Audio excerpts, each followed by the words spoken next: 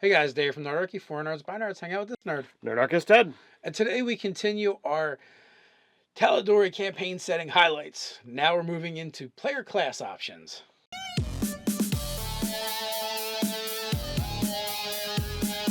Jump down the description below. We can sign up for Nerdarchy, the newsletter, get weekly gaming tips, as well as learn how to game with Nerdarchy. So we're delving back into one of our highlights for the Tal'Dorei campaigning setting by Matt Mercer. And we were a little harsh on his Dragonborn class or subrace, but now we're into player class options, and I think we have a different tune to sing. I'm certainly digging what's here. It's one of those things. We can page 101 of your Tal'Dorei campaign setting book, and we get a handful of character archetypes and fantastic art. Oh, and fantastic art. And this is a great shot of a large adventuring party. The first thing we get is the cleric domain, the blood domain. This is all about affecting, kind of the blood and life force of your opponents. It's kind of cool. They get to add some cool spells to their spell list, like Sleep, Ray of Sickness, Ray of Enfeeblement, Crown of Madness, Haste, Slow, Blight, Stone Skin, Dominate Person, Hold Monster. So they're getting access to some really cool spells that they don't normally get. Absolutely. Now, before we get into any further powers, one of the things that I really like about this, and it's something that Nerdarchy has always been a strong proponent of, says when casting divine spells as Blood Domain Cleric, consider ways to occasionally flavor your description to tailor the magic's effect on the opponent's blood and vitality. And so it just goes to show that you can say, well, I'm doing this, but I'm going to describe it differently. The effect is still the same, but it's flavored in a way that fits the theme of this particular character. Right, and they go and they give you a couple examples of how you might do that as well. So I'm totally digging it. I can understand how, if you speed up someone's blood, and breathing, that they might be energized. You cause the adrenaline glands to go, and now they're hasted. Well, if you slow their breathing and slow their blood flow, well, then there might be slowed. So it explains exactly why they've got haste and slow. Absolutely. So one of their first level abilities is Bloodletting Focus.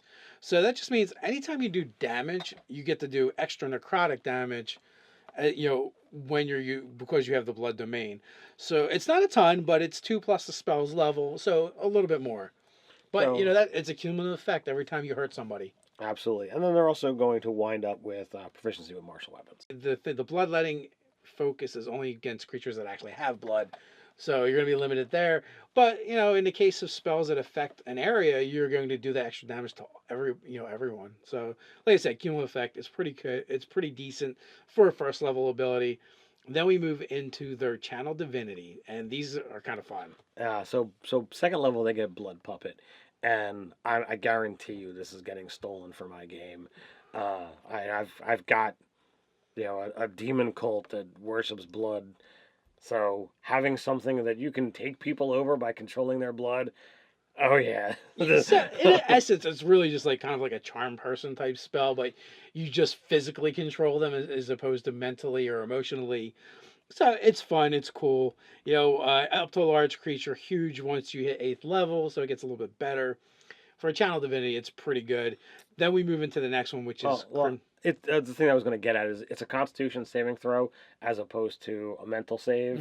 So, for some people, that might wind up being good. So, you could use this on your spellcasters much easier than you could the charm person.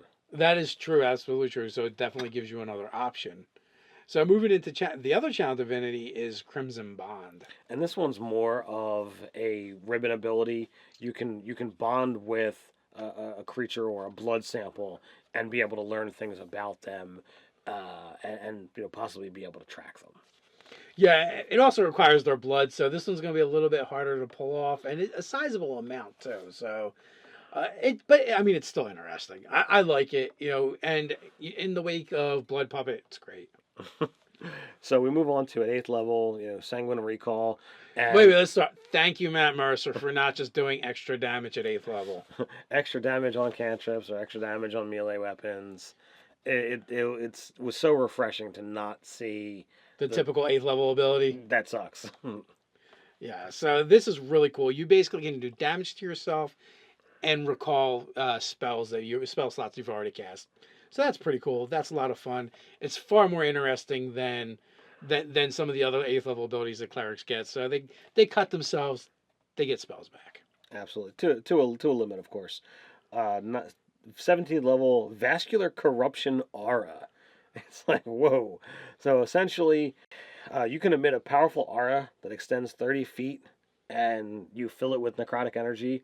So it's similar to Guardian Spirits, the spell, but as opposed to you being surrounded by these angels and whatnot, you just have this pulsing necrotic aura that causes damage like 2d6 necrotic to anything that starts its turn there or enters. It also reduces the healing abilities in that area as well. So it can shut down things that regenerate or lessen it.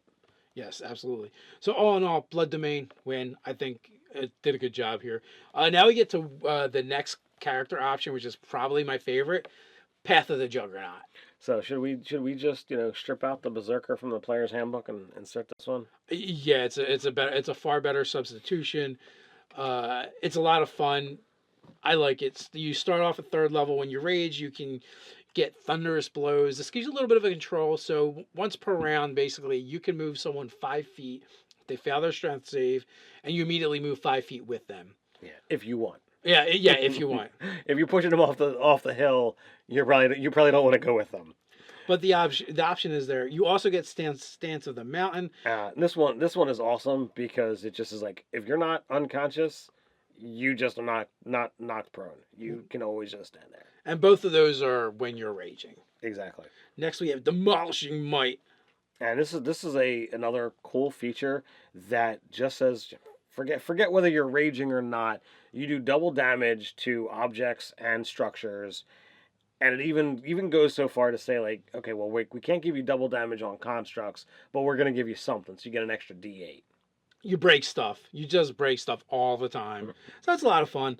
Next, we have Overwhelming Cleave. And what that is, while you're raging, if you smack a foe as a bonus action, you can smack another foe. So that's pretty cool. It's a way better way to get extra attacks than the Berserker has. You just use your bonus action. As long as you hit someone, you can use it. You can use it again. Now, this ability is going to be a little tricky because if you have Great Weapon Master, and a lot of barbarians do take that one, if you drop something or crit, you can generally use your bonus attack to attack again anyway. But this just kind of offers another option. Their keystone ability or capstone ability for the Unstoppable for the archetype is Unstoppable, and it's pretty sweet. So here is one where the Berserker in the player's handbook is all about accumulating those exhaustion levels. So they didn't want to completely remove that. So here is a way for you to get it back, but it's much better. So at 14th level, when you enter a range, you can become unstoppable. So if you're going to get frightened, paralyzed, or stunned, which will typically send you out of rage because you're not attacking something, if you enter a rage and are unstoppable, then you're immune to these kind of conditions. Your speed can't be slowed. You're immune to these kind of effects, and you just keep fighting. Downside, when you leave your rage, you get a level of exhaustion. Now, if you have any of those effects put on you and you're not raging, as a bonus action, you can rage and suspend them. So you can rage, choose to go unstoppable. You're going to pick up that level of exhaustion, but at least you get to keep fighting rather than be like, oh, I'm scared or I'm stunned. Like, nope, I'm immune. I'm going. This is a much more worthy way of getting exhaustion than what the Berserker has from the player's handbook. So all in all, Path of the Juggernaut, thumbs up. I like it. It's very thematic. I'd play it in a heartbeat. And again, we got a cool, shirtless dwarf ready to go beat with some an stuff amazing belt buckle that will literally stop bullets. So that brings us to a sorcerer's origin, and that is Rune Child. So there must be, and again, I have not read through the campaign section of this book. So perhaps in Tal'Dorei there's a lot of sigils and glyphs in the world, And the Rune Child is definitely designed for characters or worlds that have that kind of thing to it. But apart from that, it's still a pretty cool archetype. Basically, you get a bunch of magic tattoos, and you can activate them. Generally, the more you activate, the better the effect you get. Activate 5 or more, and you light up like a glow stick. So you have these essence runes that typically your first one is on your forehead, and you begin play with one of them, and you gain an additional one every time you level up. You can kind of spend sorcery points to activate these things, and as they No, no, no. It's when you spend sorcery oh points. my So, apologies. it is the same, but it's not, because if you're using meta magics or other abilities and you're spending your sorcery points, well, as you do it, you're charging up your runes that you can then use later for other effects. So, Glyph of Aegis, beginning at first level, you can release the stored arcane power within your runes to absorb or deflect the threatening attacks against you. So you can reduce it by a die 6 per charged rune that you release. So you got the ability to really shrug off some damage, which is good for a caster type. But then at 6th level, you can actually imbue that in other people and share it with them. So that's kind of cool. It gives you some options, but you get a sigillic augmentation upon reaching 6th level. So you can expend a charged rune as a bonus action to enhance your physical saving throws, granting you advantage on those ability checks. Which could be really helpful if you need to like overcome a concentration check or something. Or really make that jump check. So 6th level you get Manifest Inscriptions. So as an action you can expend a charged rune to cause any hidden magical marks, runes, ward, or glyphs within 15 feet of you to reveal themselves with a glow for 1 round. The glow is considered dim light for a 5-foot radius around the marks or glyph. So this is a ribbon ability unless there's really a lot of these kind of things in your campaign world. So, like, oh yeah, there's a symbol of death there. Well, hey, glad I knew that. But beyond those kind of spell effects, there's not a huge lot of them in the games that we run. Right. Well, that being said, it's a 6th level ability, and they're already getting their glyph of ages augmented at 6th level, so I don't feel like it's really a big deal. Like, it's not like a dead ability level. I'm not complaining. I'm just saying like it's not useful for our world. I know, bitch, bitch, bitch, Ted. Runic Torrent is what they get at 14th level, and this one's really useful because if they're using spells on something that has immunity or resistance, they can then use the rune essences in order to overcome it and ignore it. Yeah, that's a good one. And as always, there's always some kind of transformation within the sorcerers. So at 18th level, you can use a bonus action and expend 6 or more charged runes to temporarily become a being of pure magical energy, and it lasts for 3 rounds plus 1 round for every 3 runes that you expend to make the transformation. Gives you a bunch of stuff. Gives you fly speed of 40. Your spell save DC is increased by 2, which there's very few things that actually do that in the game. So that's pretty awesome. If you stack that with those awesome magical items that you might already have at that level, you get resistance to damage from all spells. And when you cast a spell of 1st level or higher, you regain hit points equal to the spell's level, which healing sorcerers, all for. Yeah. So all in all, it's a good one. So far we're 3 for 3, and we still have one more to go. And this one happens to be my favorite. We got Monk, Way of the Cobalt Soul. And this is the monk who is out for the collection of knowledge, and It's the scholarly monk. These monks are Utarites. It's definitely a different take, and I was not expecting this. so you get a bunch of abilities that allow you to kind of collect information and bring it back to your order. Mystic Erudition. Upon choosing this tradition at 3rd level, you're undergone extensive training with the Cobalt Soul, allowing you to mystically recall information on history and lore from the monastery's collected volumes. Whenever you make an intelligence arcana, history, or religion check, you can expend 1 Chi point to gain advantage on the roll. In addition, you learn 1 language of your choice. You gain additional languages at 11th and 17th level. Pretty cool. having the ability to speak more languages makes you far better at role playing and communicating with the great races that are out there. And also, for the first time, we're seeing Kai points used in a completely different way. It's very interesting and fun, for that matter. Extract aspects is really cool. If you hit your opponent with 2 attacks or more, you start knowing things about them. Depending on your level, determines how many facts you can gain about them. So It keeps going up. So it starts off with 1. You get 2 at 6th level, 3 at 11th, and 4 at 17th. And you get to choose from creature type, armor class, senses, highest saving throw modifier, lowest saving throw modifier, damage vulnerabilities, damage resistance, damage immunities, or condition immunities. So pretty fun to actually take those mechanical numbers that are really meaningless to a character and be able to actually share it to the player. So I thought that was pretty amusing. Now they get a saving throw against this, but it's still kind of cool. So we get a similar kind of effect with 6th level. You can hit somebody multiple times with extort truth. Spend your 2 Kai points, and if they fail their save, you force them to be able to to have to tell the truth. They won't be able to tell a lie. The caveat is, though, they can choose not to speak. So I thought that it was amusing that they had to put that in there. You couldn't have let the players have one. Make the GM have to see through that little loophole. But that being said, you still get Mind of Mercury at 6th level as well. And this is another ability that kind of reflects upon their intellectual might, if you will. So basically, they can take a reaction for each point of their bonus from their intelligence, as long as they spend a Kai point to do so. So they can get. It's the only time we're seeing someone get a bunch of reactions. So you can still only react to a single thing once. So if something moves through your threatened, moves out of your threatened area, you get to punch them or hit them as per normal.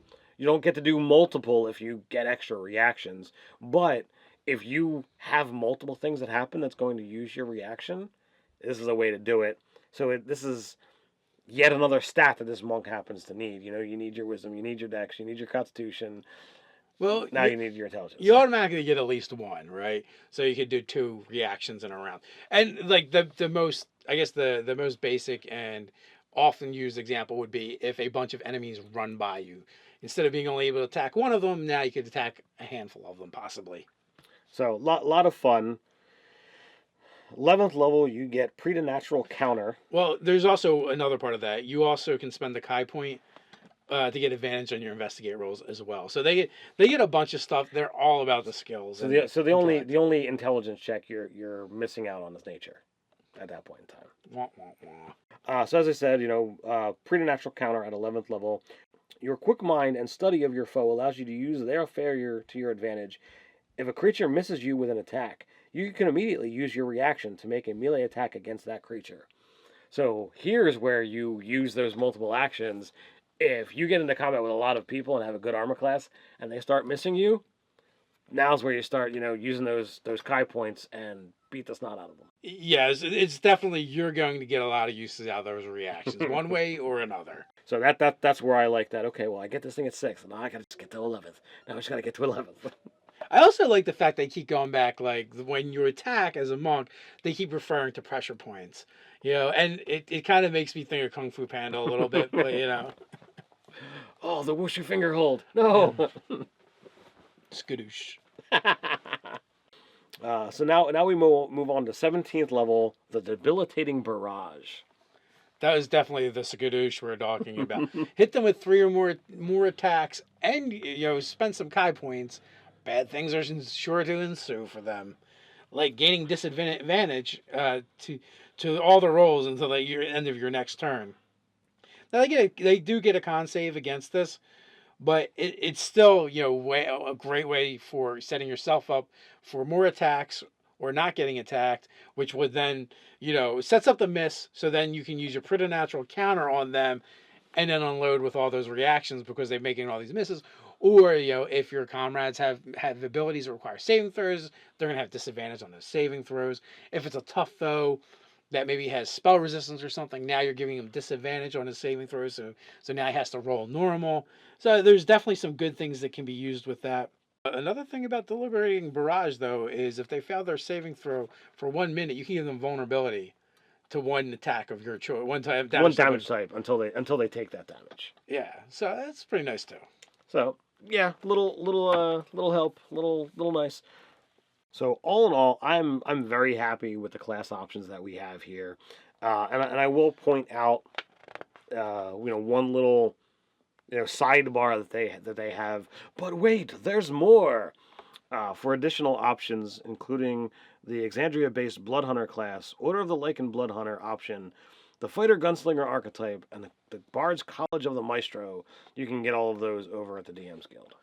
So four cool archetypes in the book. I would allow any of these in my game. I think they're well balanced. Nothing's like overkill. Nothing seems particularly underkill. So the question is though, guys, what about you? Will you allow these player options into your game? We have a place where you can let us know. Let's go to the comments while you're at it. Like, share, and subscribe. Jump down in the description and get that link to go get your copy. So until next time, Stay nerdy.